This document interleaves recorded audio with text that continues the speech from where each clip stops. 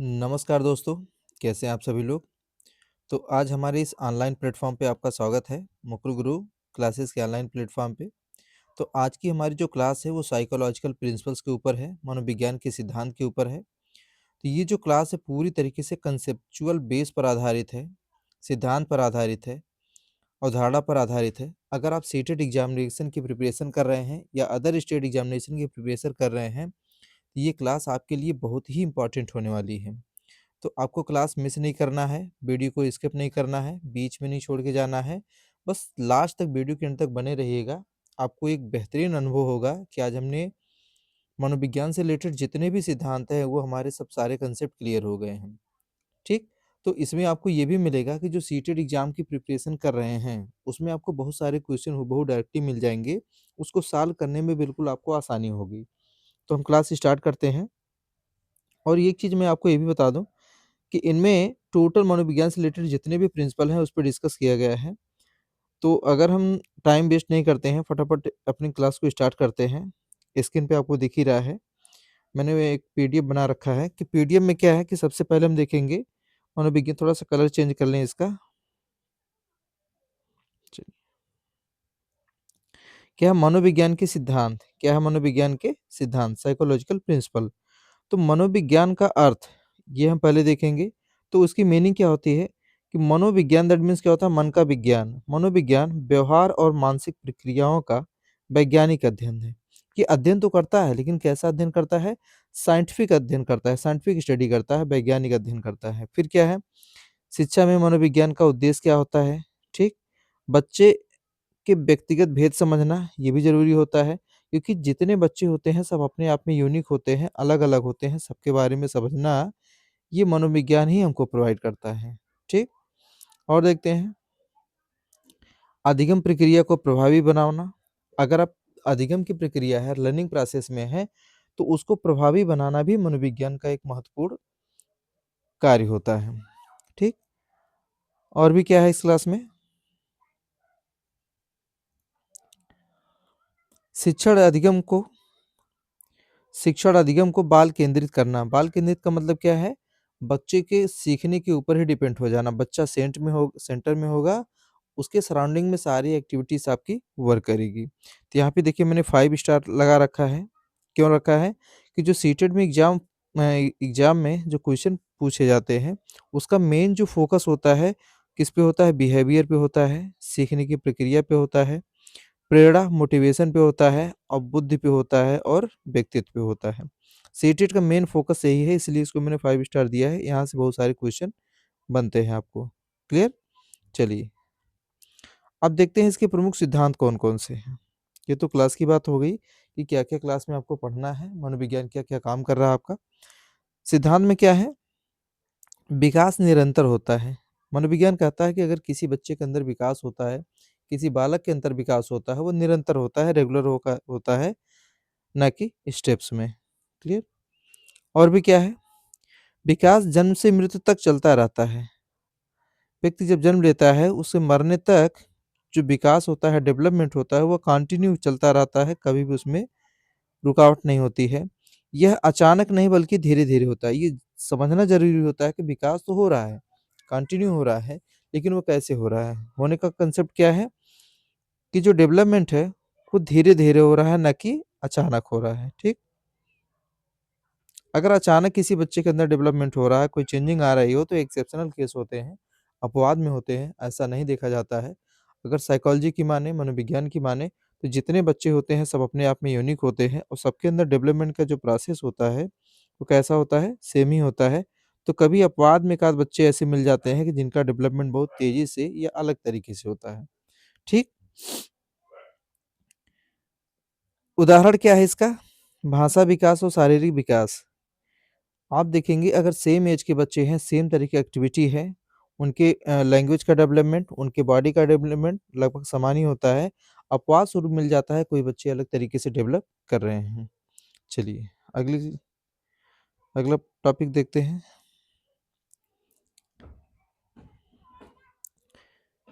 विकास किस प्रकार होता है? ये भी देखना है विकास किस प्रकार देखना है, ये निरंतर, ये बहुत ही इम्पोर्टेंट है। सीटेट एग्ज़ाम में कई बार पूछा भी गया है कि विकास का जो क्रम होता है वो किस प्रकार का होता है। तो इसका आंसर क्या होगा, निरंतर होता है, कंटिन्यू होता है, ना कि रुक-रुक के होता है। दूसरा सिद्धांत क्या दिया गया है यहाँ पे? सिद्धांत 2 क्या है? विकास क्रमबद्ध होता है, जो डेवलपमेंट होता है वो क्या होता है? सीक्वेंशियल होता है, एक क्रम में होता है, क्रम के अनुसार होता है, ना कि ऊपर और नीचे होता है। विकास एक निश्चित क्रम में होता है, ठीक? सभी बच्चों में क्रम समान पर गति अलग-अलग है। अगर बच्चों के विकास का क्रम आप देखेंगे तो आपको समान मिलेगा, लेकिन गति जो होगी, जो मूवमेंट होगा वो अलग-अलग होगा। किसी में ज़्यादा तेज़ होगा, किसी में कम होगा, किसी में बहुत ही कम होगा। तो वो डिपेंड करता है पर्यावरण पर, एनवायरनमेंट पे, सामाजिक परिवेश का, पारिवारिक माहौल का, कि बच्चों का विकास किस गति से हो रहा है। इसके उदाहरण क्या हैं?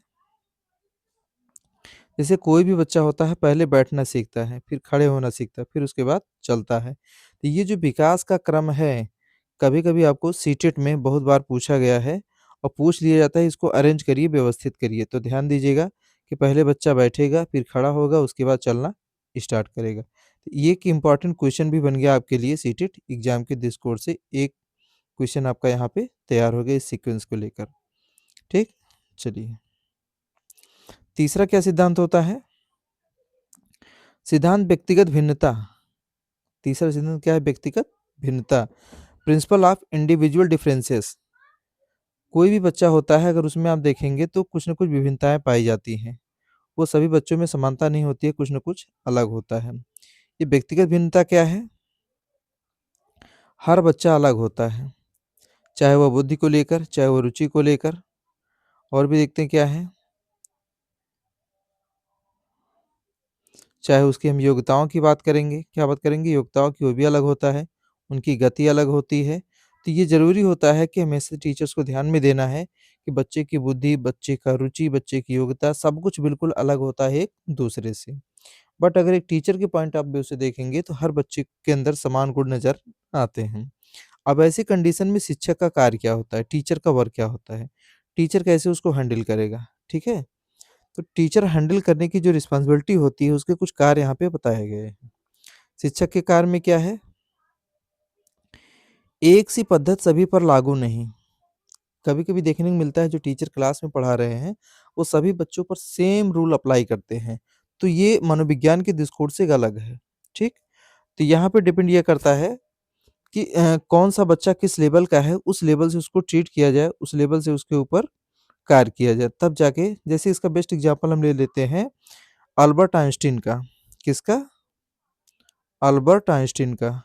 उनकी स्कूल में इसलिए कह के निकाल दिया गया है कि बच्चा मंदबुद्धि का है, पढ़ने में तेज़ नहीं है, जो कि अल्बर्ट आइंस्टीन का जो आईक्यू लेवल था, बाकी अन्य बच्चों से बिल्कुल अलग था, सबसे हाई था। टीचर के आईक्यू लेवल से भी ज़्यादा था, इसलिए वो लगता था कि बच्चा हमेशा ऊट-पटांग सवाल पूछ रहा है। इसलिए कहा जाता है कि जो टीचिंग मेथड होता है, जो प्रोसेस होता है, वो सभी पर एक समान लागू नहीं होता है। ये सीटेट में बहुत ही इम्पोर्टेंट है, वेरी, वेरी इम्पोर्टेंट है, पूछ लिया जाता है कि क्या टीचिंग जो मेथड है, टीचिंग प्रोसेस है, जो टीचर्स के रूल हैं, वो एक समान होने चाहिए या अलग-अलग होने चाहिए? तो डिपेंड करता है कि वो चाइल्ड किस लेवल का है, बच्चा किस लेवल का है, ठीक? चलिए, अगला।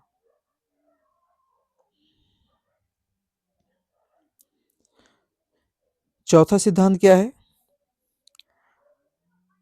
विकास समान से विशिष्ट की ओर, जनरल टू स्पेसिफिक। ये इतना इम्पोर्टेंट है, बहुत बार आपसे पूछा जाता है, विकास का क्रम क्या है? वो स्पेसिफिक टू जनरल होता है या जनरल टू स्पेसिफिक होता है? तो विकास समान से विशिष्ट की ओर, क्या है? समान से विशिष्ट की ओर। बच्चा पहले सामान्य क्रियाएँ करता है, फिर विशिष्ट। सामान्य क्रिया क्या हो सकती हैं? बच्चा रो रहा है, बच्चा गा रहा है, खेल रहा है, कूद रहा है, हँस रहा है। जो नॉर्मल एक्टिविटीज़ होती हैं, बच्चा सबसे पहले उसको करता है, फिर उसके बाद वो स्पेशल एक्टिविटीज़ की तरफ बढ़ता है। तो इसलिए कहा जाता है इसका सिद्धांत कि जो विकास होता है, जो डेवलपमेंट होता है, वो पहले सामान्य होता है, फिर उसके बाद क्या होता है? विशिष्ट होता है। पहले क्या होगा? सामान्य होगा, फिर उसके बाद विशिष्ट होगा। चलिए, अगला।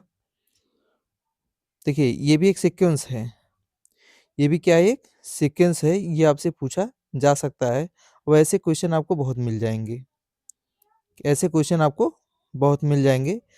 कि बच्चा जो होता है ना पहले पूरे हाथ से पकड़ता है। आप देखेंगे छोटे बच्चों को कोई भी चीज़ें दे दीजिए, वो दोनों हाथ से पकड़ने के बाद उसको मुँह में ले जाएगा। डायरेक्टली मुँह में ले जाएगा वो खाने की, एक हाथ से नहीं दोनों हाथ से पकड़ेगा वो भी पूरे हाथ से। फिर धीरे-धीरे किससे पकड़ता है वो? उँगलियों से पकड़ना सीख जाता है। चलिए, ये हो गया कि पहले पूरे हाथ से पकड़ना, फिर उसके बाद फिर उँगलियों से। एक क्वेश्चन आपका ये तैयार हो गया।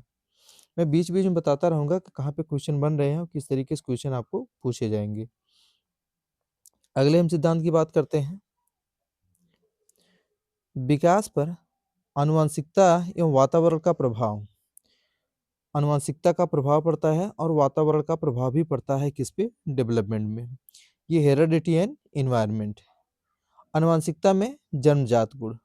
कुछ जैसे गुण ऐसे भी होते हैं जो बाय बर्थ होते हैं, बच्चों के अंदर वो जन्म से ही डेवलप हो जाते हैं, ठीक? कुछ गुण ऐसे भी होते हैं जो वातावरण का प्रभाव होता है, परिवार का होता है, समाज का होता है और विद्यालय का होता है। ये भी एक इम्पॉर्टेंट रोल प्ले करते हैं किसी बच्चे के डेवलपमेंट में, उनकी क्वालिटी के डेवलपमेंट में। लेकिन इनमें सबसे ज़्यादा अगर कोई डेवलप करता है तो वो होता है परिवार, ठीक है ना? इसलिए कहा जाता है जो परिवार होता है वो बच्चे की पहली पाठशाला होती है। बच्चा सबसे पहले वहाँ से सीखता है, फिर वो समाज में जाता है, समाज में जाने से पहले वो विद्यालय में, ठीक? उसके बाद वह समाज में जाता है। लेकिन अगर उसका परिवार में तीनों चीज़ें पाई जा रही हैं, जैसे वहाँ पे माहौल अच्छा है, हँसी-मज़ाक भी है, एंटरटेनिंग भी है, एक-दूसरे को अंडरस्टैंड कर रहे हैं, तो आसानी से परिवार में ही बच्चा काफ़ी मैच्योर हो जाता है, परिपक्व हो जाता है, उसको बाहर से ज्ञान लेने की आवश्यकता नहीं है। ठीक, चलिए अगला, विकास बराबर क्या होता है? आनुवांशिकता प्लस वातावरण। अगर विकास आपको देखना है, आनुवांशिकता देख लीजिए, हेरेडिटी देख लीजिए और वहाँ का एनवायरनमेंट देख लीजिए। आपको क्लियर हो जाएगा किस लेवल का डेवलपमेंट होगा। अब देखिए सीटेट में क्वेश्चन क्या पूछा जाता है, ठीक है ना? सीटेट जो क्वेश्चन पूछता है वो मेनली किस पे फोकस होता है? बुद्धि पर सबसे अधिक प्रभाव किसका है? बुद्धि पर सबसे अधिक प्रभाव किसका है? तो अगर ये क्वेश्चन आपसे पूछ लिया जाता है या इससे रिलेटेड क्वेश्चन पूछ लिया जाता है, तो सीधा-सीधा होता है कि वहाँ पे आनुवंशिकता का भी प्रभाव होता है और वातावरण का भी होता है। हम एक को नहीं कर सकते हैं, वन वे नहीं कह सकते हैं कि केवल आनुवंशिकता का प्रभाव होता है। अगर देखा जाए किसी बच्चे के माइंड डेवलप होने में दोनों चीज़ें साथ देती हैं, कौन? आनुवंशिकता और दूसरा वातावरण। क्लियर? तो सीटेट इस तरीके से क्वेश्चन आपसे पूछता है कि बुद्धि पर जो सबसे अधिक प्रभाव होता है वह किसका होता है? दोनों का होता है। अब दोनों में कौन-कौन आ रहा है? आनुवंशिकता और वातावरण। चलिए अगला।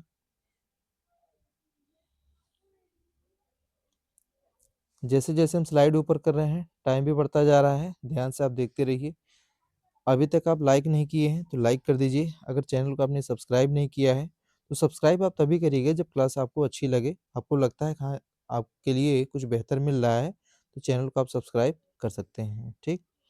अब तीसरे में हम क्या देखते हैं? अधिगम जो होता है अधिगम के मनोवैज्ञानिक सिद्धांत, यानी जो अधिगम होता है, लर्निंग होता है, उसके कुछ साइकोलॉजिकल प्रिंसिपल भी होते हैं, ठीक? यहाँ पहले हम अधिगम की परिभाषा देख लें, उसके बाद देखते हैं आगे क्या है। तो अधिगम की परिभाषा में क्या है? अनुभव के द्वारा व्यवहार में अस्थायी परिवर्तन ही अधिगम कहलाता है। किसके द्वारा? अनुभव के द्वारा व्यवहार में अस्थायी परिवर्तन अधिगम कहलाता है। क्लियर? परिभाषा बिल्कुल क्लियर हो गई। परिभाषा पे भी कभी-कभी सीटेट 1 से 2 प्रश्न डाल देता है। ठीक है ना? जैसे पूछ लिया गया अधिगम की मीनिंग क्या है? तो आपके अंदर ये आना होना चाहिए कि अधिगम क्या होता है? अनुभव के द्वारा व्यवहार में अस्थायी परिवर्तन। अब देखिए यहाँ पे क्या पूछा जाएगा आपसे? ये मैं आपको ये भी बता दूँ कि अनुभव के द्वारा व्यवहार में परिवर्तन होना चाहिए और परिवर्तन कैसा होना चाहिए? अस्थायी होना चाहिए। तो उसको हम क्या कहेंगे? अधिगम कहेंगे। तो एनालिसिस बेस पे जब आप क्वेश्चन पढ़ेंगे तो सीटेट आसानी से क्लियर हो जाएगा। क्योंकि देखिए सीटेट माइंड का गेम है, ना कि रटने का गेम है। अगर आप कंसेप्ट क्लियर है आपका, तो वो आसानी से क्लियर होगा। अगर आप रट के गए हैं, तो एग्ज़ाम क्लियर होने के चांसेस कम हैं। ठीक? चलिए आगे हम बढ़ाते हैं।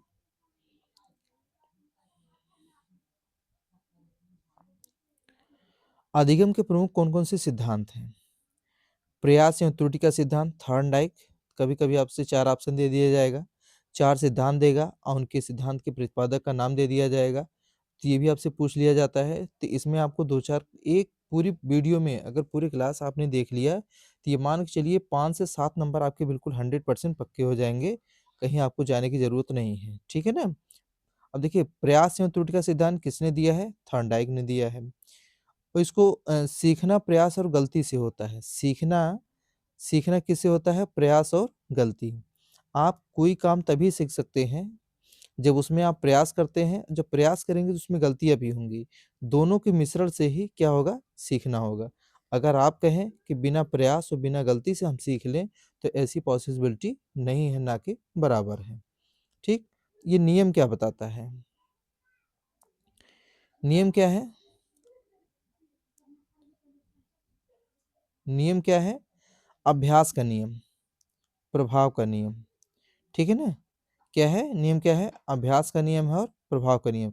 जब किसी चीज़ की आप प्रैक्टिस करेंगे, अभ्यास करेंगे, तो उसका क्या आएगा? प्रभाव आएगा, उसका इफ़ेक्ट आएगा। ठीक है ना? चलिए, अब सीटेट देखिए मैंने 5 स्टार लगाया है, क्यों लगाया है? इसको कैसे यूज़ करेंगे? स्किल लर्निंग में। किसको करेंगे? ये स्किल लर्निंग में। जैसे कोई आप स्किल सीख रहे हैं, कुछ चीज़ें सीख रहे हैं, तो उनमें प्रैक्टिस और प्रभाव दोनों चीज़ें आपकी काम आएँगी। चलिए अगला सिद्धांत। क्लास बहुत बढ़िया चल रही है, बिल्कुल कंसेप्ट क्लियर आपके हो रहे हैं और प्रयास भी कर रहा हूँ कि सभी कंसेप्ट आपके क्लियर हो जाए, ताकि एग्ज़ाम में आपको कोई समस्या ना हो। अगला जो हमारा है, वो शास्त्रीय अनुबंधन का सिद्धांत किसने दिया है? पावलो ने दिया है। शास्त्रीय अनुबंधन का सिद्धांत पावलो ने दिया है। इनका जो मेन ऑब्जेक्ट था, मेन मोटिव क्या था कि उद्दीपन के माध्यम से सीखना, उद्दीपन के माध्यम से सीखना। इन्होंने जो प्रयोग किया था पावलो महोदय ने, वो किस पे किया था? कुत्ते पे किया था। कुत्ते के सामने क्या रख दिया था? भोजन काफ़ी दूर रख दिया था और भोजन को देखने के बाद ही उसके मुँह में लार टपकना स्टार्ट कर दिया था। तो क्या है? उद्दीपन के माध्यम से सीखना। ये था और उसके बाद वहाँ पे देखिए ये मोस्ट इम्पोर्टेंट है, जितने मैंने 5 स्टार लगाए हैं, मैंने स्टार मार्क किया है, वो बहुत ही इम्पोर्टेंट क्वेश्चन है। घंटी प्लस भोजन, क्या है? घंटी प्लस भोजन। उसने घंटी लगा दिया था, जब घंटी बजती थी तो उसको एहसास हो गया धीरे-धीरे कि अब हमको भोजन मिलेगा। चलिए, बिल्कुल शॉर्ट में बता रहा हूँ, डिटेल्स क्लास अगर आपको चाहिए तो मेरे चैनल पे आपको इसकी डिटेल्स वीडियो मिल जाएगी, एक-एक पॉइंट को क्लियर किया गया है। थोड़ा-सा मैं क्योंकि एग्ज़ाम नज़दीक है, तो इसलिए मैं सोच रहा हूँ कि जल्दी-जल्दी सारी कंसेप्ट आपके क्लियर हो जाएँ, एग्ज़ाम आपका क्लियर हो जाए। ठीक है? तो अगला हमारा सिद्धांत कौन-सा है? क्रिया अनुबंधन सिद्धांत। क्या है क्रिया अनुबंधन सिद्धांत? इसको किसने दिया है? बीएफ स्किनर ने। किसने दिया है? बीएफ स्किनर ने। अब ये क्रिया अनुबंधन का सिद्धांत किससे रिलेटेड है? पुरस्कार और दंड से, दंड पर आधारित है। देखिए पुरस्कार आपको तब दिया जाता है जब आपने कोई सही काम किया हो, ठीक? दंड आपको कब दिया जाता है? जब आपने कोई गलत किया हो। जैसे जब नेगेटिव मार्किंग होती है, तो जो सही है उसमें से भी माइनस हो जाते हैं जब आप क्वेश्चन को गलत करते हैं। तो इसका रिलेशन किससे है? क्रिया अनुबंधन सिद्धांत से है। ठीक है ना? जैसे कहा जाता है एक्शन देन रिएक्शन। तो एक्शन देन रिएक्शन में क्या होता है? वो पॉजिटिव भी होता है और नेगेटिव भी होता है। अगर पॉजिटिव हुआ तो पुरस्कार हो जाएगा, नेगेटिव हुआ तो वो दंड हो जाएगा। चलिए, कंसेप्ट आपका क्लियर? उम्मीद करते हैं क्लास आपको पसंद आ रही होगी, आपको अच्छा लग रहा होगा। अगर कहीं से भी आपको लगता है कि क्लास अच्छी है, कंसेप्ट समझ में आ रहे हैं, तो चैनल को सब्सक्राइब ज़रूर करिएगा। अगला क्या है? देखिए 3 स्टार मैंने दिया है इसको। सकारात्मक पुनर्बलन सबसे प्रभावित है। सकारात्मक जानते हैं ना? Positive reinforcement. क्या है? Positive reinforcement. और पॉजिटिव रीइंफोर्समेंट का मतलब क्या है? जैसे किसी बच्चे को आप कहते हैं कि तुम फेल हो जाओगे, तुम फेल हो जाओगे, तो बच्चा निश्चित है क्या हो जाएगा? हतोत्साहित हो जाएगा। देखिए उसका दोनों इम्पैक्ट होता है, पॉजिटिव भी होता है, नेगेटिव भी होता है। लेकिन अगर साइकोलॉजी के दृष्टिकोण से देखा जाए, तो जो मनोविज्ञान कहता है कि जो सकारात्मक पुनर्बलन होता है, ठीक है ना? वो सबसे ज़्यादा प्रभावी माना जाता है। किसी को कहेंगे आप बहुत सुंदर हैं, तो उसके माइंड पे पॉजिटिव इम्पैक्ट जाएगा। ठीक है? चलिए अगला। अगला जो हमारा सिद्धांत है, सामाजिक अधिगम सिद्धांत। क्या है सामाजिक अधिगम सिद्धांत? ये किसने दिया है? अल्बर्ट बेंडूरा ने दिया है। अल्बर्ट बेंडूरा ने दिया है। कौन-सा सिद्धांत है इनका? ये जितने भी सिद्धांत आप पढ़ रहे हैं, इससे रिलेटेड आपको 1 से 2 क्वेश्चन हमेशा आपको मिल जाएँगे सीटेट के एग्ज़ाम में, उसके साथ एपी टेट के एग्ज़ाम में, केवीएस के एग्ज़ाम में, बहुत सारे एग्ज़ाम्स में जहाँ भी मनोविज्ञान पूछा जाएगा, ये सब सारे सिद्धांत आपको पूछ लिए जाते हैं। तो सामाजिक अधिगम सिद्धांत में क्या है? प्रेक्षण प्लस अनुकरण से सीखना। प्रेक्षण प्लस अनुकरण से सीखना। अनुकरण का मतलब होता है नकल, किसी को देखना, देख करके सीखना। इसका मुख्य तत्व क्या है? मॉडल। इसका मुख्य तत्व क्या है? मॉडल। चलिए आगे बढ़ते हैं। प्रेक्षात्मक अधिगम, आत्म प्रभाविता। आत्म सेल्फ इफेक्ट। आत्म प्रभाविता का मतलब क्या है? Self effect. जब किसी को आप देखते हैं, मॉडल को देखते हैं, तो सोचते हैं मैं भी वैसा हो जाऊं, मैं ऐसी अपनी चेंज कर लूं।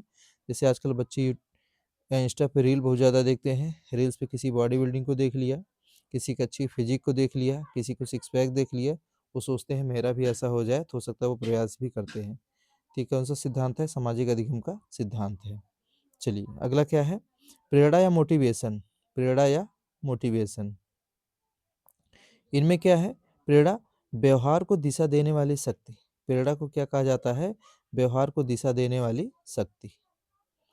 चलिए इसका प्रकार क्या है प्रकार में देखेंगे आप?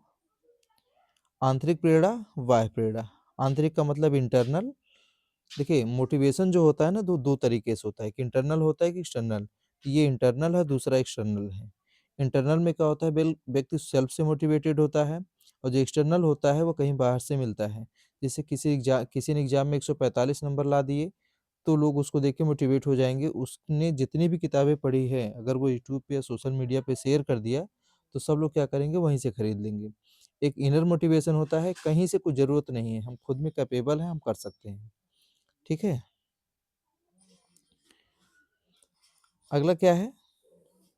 सीटेट में सही शिक्षण।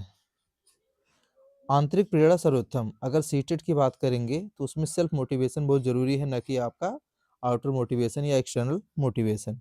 अगर खुद से मोटिवेटेड हैं तो आप पढ़ लेंगे, एग्जाम क्लियर कर लेंगे। अगर कहीं आप बार बार सीख रहे हैं, बार बार पूछ रहे हैं, तो आपका एग्जाम क्लियर नहीं होगा।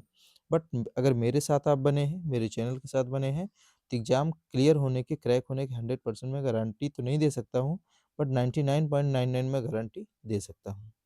चलिए अगली क्लास। अब हम किस पे बात करेंगे? बुद्धि पर, इंटेलिजेंस पे। ठीक है ना, इसी का सब कुछ खेल है। कहते हैं वो बहुत बुद्धिमान है, उसका आईक्यू लेवल इतना है कि वो आसानी से हर काम कंप्लीट कर लेता है। तो बुद्धि जो आपकी डेवलप होती है, वो किसके ऊपर डिपेंड करता है? आपके प्रयास पे, आपके अनुभव पे। तो जितना किसी काम को आप करते जाएंगे, प्रयास करते जाएंगे, उसमें डेली कुछ ना कुछ करेंगे, तो उतनी ही बुद्धि आपकी डेवलप होती जाएगी। चलिए, बुद्धि के सिद्धांत, बिने आईक्यू, गार्डनर बहुबुद्धि सिद्धांत, और भी देखते हैं क्या है। इस पे भी क्वेश्चन बनते हैं।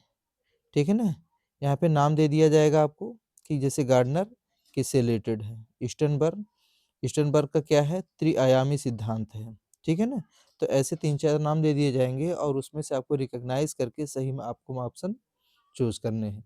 तो एक एक, जैसे बिने दिया गया आईक्यू, तो जब भी मैच किया जाएगा, बिने के साथ ये बुद्धि दे दिया जाएगा, और गार्डनर के साथ त्रियामी दिया जाएगा, और स्टर्न के साथ आईक्यू दिया जाएगा। तो आपको उसमें मैच करना है। तो ये मैच का एक, मैच द फॉलोइंग का एक क्वेश्चन आपका तैयार हो गया। ठीक, अब मैच द फॉलोइंग भी बन सकता है, एमसीक्यू भी बन सकता है। इसमें 2-3 क्वेश्चन आपके तैयार हो रहे हैं। चलिए, सीटेड फोकस। सीटेड किस पे फोकस करता है, मैंने ये भी डाल दिया है। तो सीटेड जो फोकस करता है वो किस पे? बहुबुद्धि प्लस कक्षा शिक्षण। दैट मीन्स आप मल्टी टैलेंटेड हो, और उसके बाद आपका क्लासरूम टीचिंग हो, उस पे ज़्यादातर फोकस करता है। यानी कोई एक टीचर अच्छा वही माना जाता है जो मल्टी टैलेंटेड हो, बच्चों को हंसा भी सके, रुला भी सके, उनका मनोरंजन भी कर सके, वो टीचर सबसे बेस्ट माना जाता है। इसलिए सीटेट का जो फोकस होता है वो किस पे होता है? बहुबुद्धि और कक्षा शिक्षण पर होता है। चलिए अगला, अब आ जाइए स्मृति पर, मेमोरी पर। एक मिनट, किस पे आ जाइए आप? स्मृति, मेमोरी पर। अब हम देखेंगे मेमोरी कितने प्रकार की होती है। स्मृति के चरण, ये आपसे बार बार पूछा जाता है एग्जाम में, सीटेट के एग्जाम में बार बार पूछा जाता है। इसके स्टेप, स्टेप में क्या पूछ लिया जाएगा? आप बताइए कि इसका कौन सा क्रम सही है। तो स्मृति के चरण में सबसे पहला जो होता है वो कौन सा होता है? संकेतन, उसके बाद संग्रहण, पुनः स्मरण, क्या है पुनः, और लास्ट तीसरा क्या है? पुनः स्मरण का, पुनः स्मरण, जिसको कहते हैं रिकॉल, संग्रहण, कलेक्शन करेंगे। ठीक है? तो चलिए आगे हम देखते हैं स्मृति बढ़ाने के उपाय, क्या-क्या कैसे इसको हम बढ़ा सकते हैं। ठीक है ना? कुछ उपाय दिए गए हैं। देखिए, स्मिथ को बढ़ाने का सबसे बेहतरीन तरीका होता है प्रैक्टिस। जितना किसी फील्ड में आप प्रैक्टिस करेंगे, उतना माइंड आपका डेवलप होगा, इसमें उतनी ही मेमोरी आपकी डेवलप होगी। तो पहला ही वर्क क्या है? अभ्यास का, प्रैक्टिस आप करिए। अर्थपूर्ण अधिगम, यानी कोई भी चीज़ें सीख रहे हैं तो उसका एक मीनिंग होना चाहिए, मीनिंगफुलनेस होना चाहिए। ऐसा नहीं बस आप सीखे जा रहे हैं, उसकी उसका पर्पज़ लाइफ़ के लिए कुछ भी नहीं है। तो ऐसे अधिगम से आपको कुछ भी बेनिफिट नहीं मिलेगा। फिर उसके बाद क्या है? पुनरावृत्ति। क्या है? पुनरावृत्ति, यानी उस काम को आप बार-बार करिए, जितनी टाइम करेंगे उतनी ही स्मित आपकी बढ़ेगी। उसका मैं एक छोटा-सा एग्ज़ाम्पल दे दूँ, आप इसको ट्राई कर लीजिएगा कि जब आप मार्केट जाते हैं, किसी नए मार्केट में आप पहली बार जाएँगे, तो वहाँ की केवल 10% चीज़ें आपको याद रहेंगी। दूसरी बार जाएँगे तो ये 20% हो जाएगा, तीसरी बार जाएँगे तो 40% हो जाएगा, अगर चौथी बार जाएँगे तो लगभग 50% चीज़ें वहाँ की याद हो जाएँगी। तो जैसे जितनी बार वहाँ विज़िट करेंगे उतना आपका मेमोरी का लेवल बढ़ता जाएगा। अगर आप कहीं बार 10 बार, 15 बार, 20 बार विज़िट कर लिए हैं, तो वहाँ की एक-एक चौराहा, एक-एक गली, एक-एक दुकान, सब कुछ आप बता सकते हैं। तो जो आपकी मेमोरी डेवलप होती है, उसका मेन पर्पज़ होता है प्रैक्टिस। जितना प्रैक्टिस करेंगे उतना ही वह डेवलप होगी। चलिए, विस्मृति, फॉरगेटिंग, भूलना ही सबसे बड़ी बीमारी है। हर बच्चा परेशान है कि हम पढ़ते हैं, भूल जाते हैं, एग्ज़ाम में याद नहीं होता है। बट अगर आपने प्रैक्टिस किया है तो भूलना भी भूल जाएगा। ठीक है? तो ये क्लास आपके लिए बहुत इम्पोर्टेंट है। आज सारे कंसेप्ट मैं आपको क्लियर कर दे रहा हूँ। कुछ भी चीज़ें अब नहीं भूलने वाला है। जैसे सीटेट एग्ज़ाम में आप बैठेंगे, तो बहुत सारी चीज़ें इस क्लास की याद आएँगी। मैंने इस क्लास में मुकुल सर ने पढ़ाया है और मैंने पढ़ा है, मेरा क्वेश्चन बिल्कुल 100% करेक्ट होगा। क्या है? एक तो कारण, भूलने के कारण में क्या है? अभ्यास की कमी। जब आप प्रैक्टिस नहीं करते हैं, तो भूलने के चांसेस जो होता है, लेवल जो होता है वो आपका रेज होता है, बढ़ जाता है। हस्तक्षेप, जब कोई सीखने की प्रक्रिया में आप हैं, तो कोई बार-बार इंटरफेरेंस हो रहा है, कोई हस्तक्षेप हो रहा है, तब भी आप उसको भूल जाएँगे। एक होता है रुचि की कमी, जब आपका उसमें इंटरेस्ट ना हो, अब आपका उसमें मन नहीं लग रहा हो, वो आपके लिए अच्छा नहीं हो, तो वो बार-बार आप चीज़ें भूल जाएँगे। फॉर एग्ज़ाम्पल एक अगर हो सकता है, अगर आपने थ्री इडियट मूवी देखा हो, क्या है थ्री इडियट? उसमें यही बताया है कि जिस काम में आपकी रुचि हो, जिसमें आपका मन लग रहा हो, आपको वही काम करना चाहिए, उसी में आपकी भलाई है। वो काम आप बेहतर तरीके से कर सकते हैं, ना ये सब कुछ चीज़ें आपकी भूल जाएँगी। तो रुचि की अगर कमी होगी, तभी चीज़ें आपसे भूलेंगी। चलिए देखते हैं क्लास में आगे क्या है। संवेग एवं भावनाएँ, क्लास बहुत बढ़िया चल रही है, कांसेप्ट पे चल रही है। अब मनोविज्ञान से रिलेटेड कोई भी क्लास आपको बाहर से पढ़ने की ज़रूरत नहीं है। लगभग सभी टॉपिक्स क्लियर हो रहे हैं, पॉइंट्स क्लियर हो रहे हैं। एग्ज़ाम्पल्स भी हम आपको दे रहे हैं, ताकि क्लास आपकी पूरी तरीके से इंटरेस्टेड हो, आपको पढ़ने में मज़ा आए। देखिए, संवेग एवं भावनाएँ क्या है? इमोशंस। इमोशन का भी बहुत बड़ा इम्पैक्ट होता है आपके मेमोरी पर, ठीक है ना? एक होता है भावनात्मक विकास, शिक्षण को प्रभावित करता है। जो इमोशनल डेवलपमेंट होता है, आपकी टीचिंग को, आपके शिक्षण को क्या करता है? प्रभावित करता है, ठीक? शिक्षक को कैसा होना चाहिए? ये सहानुभूतिशील होना चाहिए। एक तो लोकतांत्रिक होना चाहिए। आगे इसको करते हैं स्लाइड को, तब हम आपको बता रहे हैं। चलिए, देखिए शिक्षक को कैसा होना चाहिए? सहानुभूतिशील होना चाहिए। अगर कोई बच्चा गलती कर रहा है, किसी कारण से कर रहा है, कोई प्रॉब्लम आ रही है, तो उसके प्रति उसकी सहानुभूति होनी चाहिए। एक तो वह लोकतांत्रिक होना चाहिए, डेमोक्रेटिक टीचर होना चाहिए।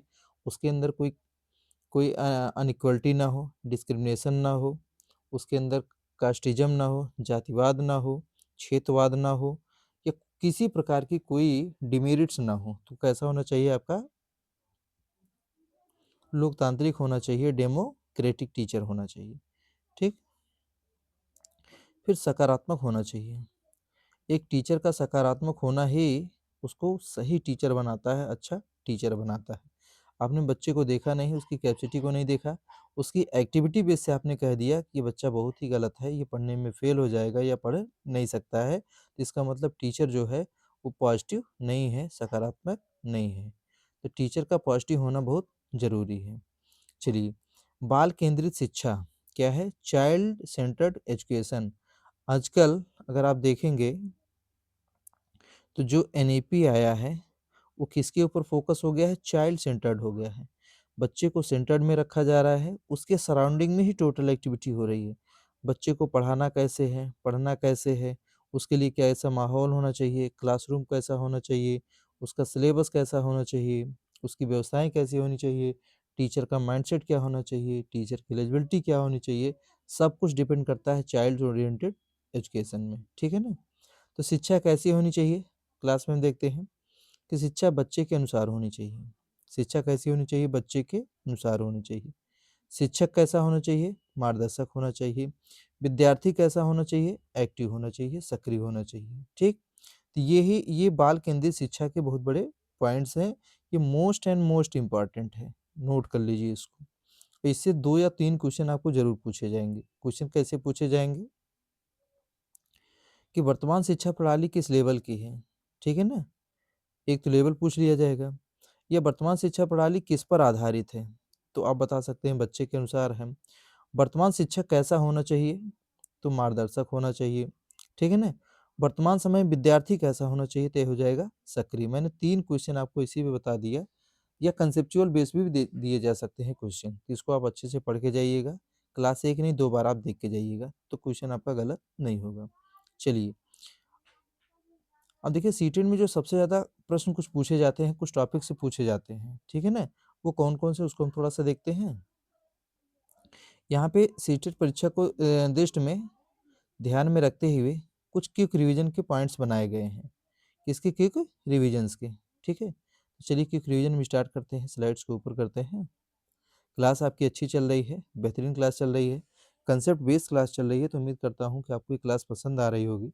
अगर क्लास आपको पसंद आ रही है तो आप चैनल को सब्सक्राइब ज़रूर करिएगा, लोग दोस्तों के साथ शेयर करिएगा। मैं ऐसे ही बहुत सारे एक-एक पॉइंट्स पे बस कमेंट में आप बताइए किस टॉपिक पे आपको वीडियो चाहिए, मैं उस टॉपिक पे अच्छी से अच्छी, बेहतरीन से बेहतरीन वीडियो बनाने का प्रयास करूँगा। ठीक? चलिए, क्विक रिवीजन में क्या देखेंगे? व्यक्तिगत भिन्नता, शिक्षण में विविधता। व्यक्तिगत जितनी विभिन्नता होगी, उतना शिक्षण में विविधता होगी। ठीक है? सामाजिक अधिगम मॉडल का महत्व होता है। सामाजिक अधिगम में किसका महत्व होता है? मॉडल का महत्व होता है। प्रेरणा क्या है? सीखने की कुंजी है। जितना आप मोटिवेट रहेंगे, उतना ही चीज़ें सीख पाएँगे। बुद्धि क्या होता है? आयामी होता है। बुद्धि कैसी होती है? बहुआयामी होती है। चलिए आगे। विकास क्या है? क्रमबद्ध है और निरंतर है। विकास कैसा होता है? क्रमबद्ध होता है और निरंतर होता है। ठीक? मौसम बड़ा ठंडा है। चलिए, सीटेट एग्ज़ाम क्या है? सीटेट एग्ज़ाम के लिए टिप मैं आपको दे रहा हूँ। गोल्डन लाइन क्या है? कि जब भी सीटेट एग्ज़ाम में क्वेश्चन को आप सॉल्व करने बैठें, ठीक है? तो आपके माइंड में यही होना चाहिए कि जो जो भी मैंने तैयारी की है, वो मेरी तैयारी पूरी तरीके से पूर्ण है। कोई भी उसमें कमी नहीं रखी गई है। तो बाल केंद्रित, चाइल्ड को बीच में रखिएगा, सेंटर में रखिएगा, पॉजिटिव रहिएगा और थोड़ा-सा मनोविज्ञान को यूज़ करिएगा, तो आसानी से सभी क्वेश्चन आपके हैंडल हो जाएँगे। ठीक? तो अगर आप चाहें तो इसको जहाँ भी आपका स्टडी टेबल है, सीटेट जब भी आप पढ़ना स्टार्ट करें, तो इस तीनों पॉइंट्स को आप नोट करके लिख सकते हैं। ठीक है ना? सीटेट एग्ज़ाम टिप है, एकदम बिल्कुल गोल्डन लाइन है। एक तो बाल केंद्रित होता है, पॉजिटिव होता है, उसके बाद क्या होता है? मनोवैज्ञानिक होता है। चलिए, क्लास में देखते हैं और कुछ भी है, तो मैं आपको बेहतर देने का प्रयास करूँगा। तो ये आज की क्लास बस यहीं तक है, ठीक है? अगर क्लास आपको पसंद आई हो, तो चैनल को सब्सक्राइब करिएगा। अगर लास्ट तक मेरे साथ बने हैं, तो आपको वीडियो के लास्ट तक बने रहने के लिए बहुत-बहुत धन्यवाद। हम अपने इस चैनल की तरफ से, मुकुल गुरु क्लासेस की तरफ से आप सभी के आभारी हैं कि अगर आप हमारे साथ लास्ट तक बने हैं। अगली वीडियो में मिलते हैं, एक बेहतरीन क्लास के साथ मिलते हैं।